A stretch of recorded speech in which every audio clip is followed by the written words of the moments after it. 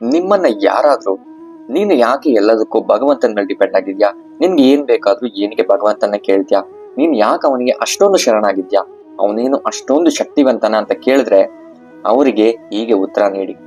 ನೀವು ನಿಮ್ಮ ಮನೆ ಮುಂದೆ ನಿಂತ್ಕೊಂಡು ಆಕಾಶ ನೋಡ್ತಾ ಇರ್ತೀರ. ಆ ಆಕಾಶದಲ್ಲಿ ಒಂದು ವಿಮಾನ ಹೋಗ್ತಾ ಇರುತ್ತೆ.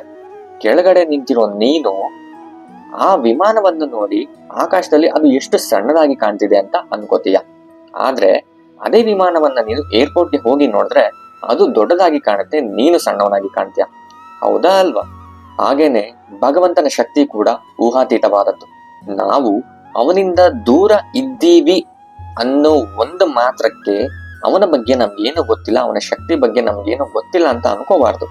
ಭಗವಂತನ ಬಗ್ಗೆ, ಅವನ ಶಕ್ತಿಗಳ ಬಗ್ಗೆ, ಅವನ ಲೀಲೆಗಳ ಬಗ್ಗೆ ನಾವು ತಿಳ್ಕೋಬೇಕು ಅಂದ್ರೆ ಮೊದಲಿಗೆ ನಾವು ಅವನಿಗೆ ಹತ್ರ ಆಗ್ಬೇಕು. ಅದು ಹೇಗೆ ಸಾಧ್ಯ? ಶಾಸ್ತ್ರಗಳಲ್ಲಿ ಅವನ ಬಗ್ಗೆ ಹೇಳಿರೋದನ್ನ, ಅವನ ಶಕ್ತಿಗಳ ಬಗ್ಗೆ, ಅವನ ಲೀಲೆಗಳ ಬಗ್ಗೆ ಹೇಳಿರೋದನ್ನ ನಾವು ಮೊದಲಿಗೆ ಅರ್ಥ ಮಾಡ್ಕೋಬೇಕು.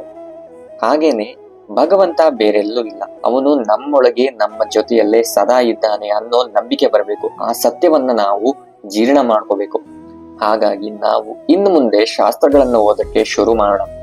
ದಿನಕ್ಕೆ ಒಂದು ವಿಷಯನಾದ್ರೂ ಅವನ ಬಗ್ಗೆ ತಿಳ್ಕೊಳ್ಳೋಕೆ ಪ್ರಯತ್ನ ಪಡೋಣ. ಹರೇ ಕೃಷ್ಣ.